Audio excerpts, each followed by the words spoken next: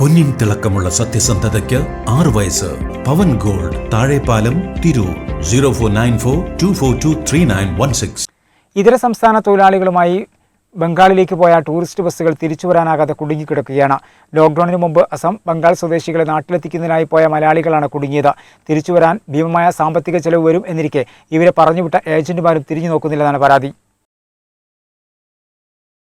2 ഘട്ടങ്ങളിലായി എത്തിയ കോവിഡ് തകർത്ത ജീവിതങ്ങളുടെ മുൻപന്തിയിലാണ് ടൂറിസ്റ്റ് വാഹന മേഖല. പണിയില്ലാതായ സമയത്ത് ലഭിച്ച കച്ചിത്തുരുമ്പ് എന്ന നിലയിലാണ് വെസ്റ്റ് ബംഗാൾ, ആസാം സ്വദേശികളെ നാട്ടിലെത്തിക്കാനുള്ള ദൗത്യം ഒരു സംഘം ഏറ്റെടുത്തത്.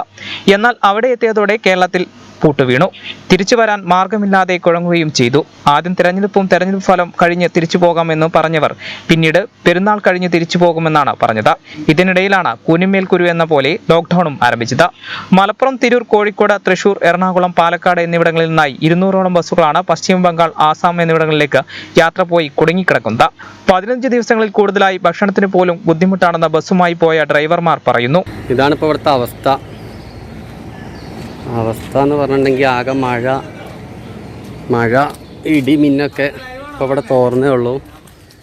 പിന്നെ ഇപ്പം എന്താ പറയുക, ഭക്ഷണമൊന്നും കറക്റ്റ് ടൈമിൽ കിട്ടൂല. ഞങ്ങൾ തന്നെ ഇവിടുന്ന് പിന്നെ ആരെങ്കിലുമൊക്കെ എന്തെങ്കിലും കൊടുന്നു തരും, കഴിക്കും.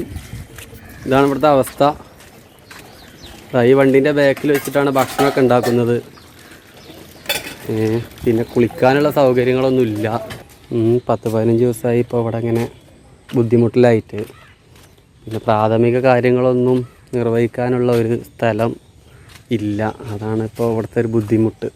ഏജന്റുമാർ മുഖേനയാണ് ഭൂരിഭാഗം ബസ്സുകളും പോയതെങ്കിലും ഏജന്റുമാരും ഇപ്പോൾ ഫോൺ എടുക്കുന്നില്ല. തിരിച്ച് നാട് കാണണമെങ്കിൽ നല്ല സാമ്പത്തിക ചെലവ് തന്നെ അഭിമുഖീകരിക്കുന്നുണ്ട്. 3700 കിലോമീറ്റർ യാത്രയുണ്ട്.